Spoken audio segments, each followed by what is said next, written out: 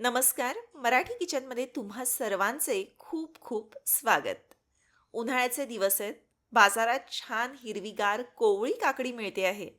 तर आता जेवणात सुद्धा रोज त्याच त्या भाज्या खाऊन कंटाळा आला असेल ना? तर मग आज बनवणार आहोत छान चटपटीत आणि झटपट होणारा काकडीचा झुणका किंवा काकडीचा कोरडा. अगदी भाकरी किंवा चपाती सोबतही हा पदार्थ अप्रतिम लागतो. चला तर मग लगेच सुरुवात करू. सगळ्यात आधी यासाठी आपल्याला लागणार आहे छान बाजारातून आणलेली ताजी ताजी काकडी. आता आपण काकडीची भाजी बनवतोय त्यामुळं काकडी कोवळी असायची गरज नाही. आणलेल्या काकड्यांपैकी त्यातल्या त्यात जी थोडीशी निबर जाड असेल काकडी ती बघून निवडून घ्या. तर आपल्याला 2 काकड्या ज्या आहेत त्या या अशा पुरेशा होतील. आता सगळ्यात महत्त्वाची गोष्ट म्हणजे काकडी आहे तर कडू असण्याची शक्यता असते. त्यातसुद्धा ही जी काकडी आहे ती कडू असू शकते.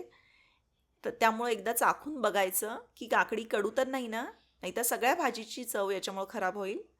हे बघा पहिलीच काकडी जी आहे ती कडू निघाली. तर मी आता दुसऱ्या 2 काकड्या चाखून घेतलेल्या आहेत. काही जण काकडीची साल काढून घेतात, पण भाजीच करतोय त्याच्यामुळं काकडीची साल न काढता तशीच वापरली तरीसुद्धा हरकत नाही. काकडी छान वाफली जाते, साल जाणवत नाही. आता काकडी आपण किसून घेणार आहोत.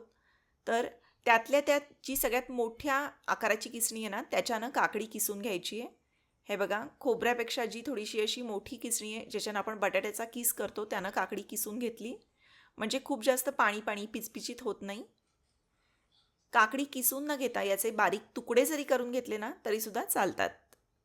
तर याप्रमाणे छान असा काकडीचा मोठा मोठा असा किस झालेला आहे. साहित्यसुद्धा याला फारसं लागत नाही. आता यानंतर आपल्याला फक्त लागणार आहे एक 7-8 पाकळ्या लसूण आणि भरपूरशी हिरवी मिरची. दुसरं काही नाही आहे त्याच्यामुळं लसूण मिरची भरपूर वापरायची. लसूण आणि मिरची जी आहे ती खलबत्त्यामध्ये थोडीशी ठेचून घ्यायची आहे. बारीक वगैरे करून घ्यायची नाही. हे बघा जाडसर असं ठेवलं आहे. त्यानंतर कढईमध्ये थोडंसं जास्त म्हणजे 2 ते 3 टेबलस्पून तेल गरम केलं. तेल जर का भरपूर असेल तर झुणका छान खमंग असा होतो. तेल तापलं की पहिल्यांदा याच्यामध्ये मोहरी घातली, जिरे घातलेले आहेत. त्यानंतर तयार केलेला लसूण मिरचीचा ठेचा घालायचा. लसणाचा कच्चेपणा जाईपर्यंत याला परतून घेतलं की याच्यामध्ये हिंग घातला आहे. पाव चमचा हळद घातली आणि लगेचच याच्यामध्ये जो काकडीचा किस आहे तो पाण्यासहित घालायचा. 2 मिनिट आता मध्यम आचेवर काकडी छान अशी तेलावर परतून घ्या. खूप जास्त वेळ परतायची नाही आहे. काकडीचा एक कच्चेपणा जाईपर्यंत 2 मिनिटं याला परतून घेतलं. याच्यामध्ये चवीनुसार मीठ घातलेलं आहे. काकडीमध्ये पाण्याचा अंश भरपूर असतो त्याच्यामुळं जादाचं पाणी घालायची तसंही आवश्यकता पडत नाही. झाकण ठेवून 2 मिनिटं याला एक वाफ काढून घ्यायची म्हणजे काकडी जी आहे ती छान शिजते. हे बघा काकडीतलं पाणी पूर्ण देखील आटलेलं नाही आहे. काकडी जी आहे ती अर्धवट वाफलेली आहे. या पॉईंटला याच्यामध्ये बेसन पीठ घालायचं आहे. साधारणपणे अर्धा कप बेसन पीठ लागतं, पण सगळं एकदम नका घालू. अंदाज बघत बघत थोडं थोडं बेसन याच्यामध्ये मिक्स करत जा. खूप जास्त कोरडंही होणार नाही. सगळं बेसन पीठ मिळून येईल इतपतच बेसन पीठ याच्यामध्ये घाला. जर का तुम्हाला हे खूप ड्राय वाटलं, अगदी कोरडं पीठ झालं असं वाटलं तर याच्यावर पाण्याचा हबका देखील मारू शकता. पण शक्यतो काकडीलाच बरंचसं पाणी सुटलेलं असतं त्याच्यामुळं पाणी वरून घालायची गरज पडत नाही. सगळं छान असं मिक्स करून घेतलेलं आहे. आता बेसन पीठ घातल्यानंतर 2 मिनिटं मध्यम आचेवर याला छान असंच झाकण न ठेवता परतून घ्यायचं म्हणजे मग ते खमंग असं भाजलं जातं. हे बघा 2 मिनिटं छान असं सगळं परतून घेतलं की आता याच्यावर झाकण ठेवायचं. महत्त्वाची गोष्ट म्हणजे गॅस मंद आचेवर करायचा आणि 3 ते 4 मिनिटं याला छान वाफवून घ्यायचं आहे म्हणजे मग बेसन पीठ जे ते कच्चं लागत नाही. बेसन पीठ आहे तळाशी लागू शकतं त्याच्यामुळं 2 मिनिटानंतर याला एकदा खालीवर करा किंवा अधूनमधून तुम्ही चेक करू शकता. हे बघा सगळं असं छान वाफलं आहे.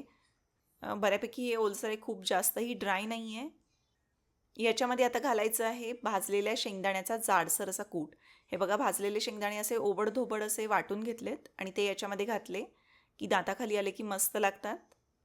पुन्हा सगळं एकसारखं मिक्स करून घेतलं आणि आता शेवटी गॅस बंद करायच्या आधी याच्यामध्ये घालायची आहे भरपूरशी बारीक चिरलेली कोथिंबीर. ताजी कोथिंबीर घातली की तिचा मस्त असा वास या झुणक्याला येतो. जर तुम्हाला हे खूप कोरडं वाटलं तर वरून एखाद्या पाण्याचा हबका मारू शकता. हे बघा काकडी अशी मस्त वाफली आहे आणि एक काकडीचं वेगळीच चव, थंडगार अशी चव जी ती या झुणक्याला येते. खास करून उन्हाळ्यात एकदा तरी हा जो काकडीचा झुणका आहे तो केलाच पाहिजे. अगदी घरात उपलब्ध असलेल्या नेहमी असलेल्या साहित्यामध्ये होतो, झटपट होतो. सोबत एखादी आंब्याची किंवा कैरीची कढी केली की मस्त असा बेत होऊन जातो. त्याचप्रमाणे याची रेसिपी तुम्हाला कशी वाटली ते मला जरूर कळवा. व्हिडिओ आवडला तर व्हिडिओला लाईक करा, मराठी किचनला सबस्क्राईब करायला विसरू नका. पुन्हा भेटूयात अशाच एका नवीन रेसिपीसह. धन्यवाद.